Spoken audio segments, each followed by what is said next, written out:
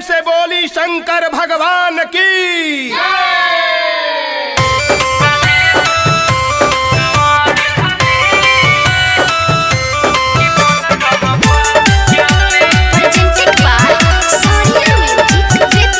Music by Rajesh Sahni.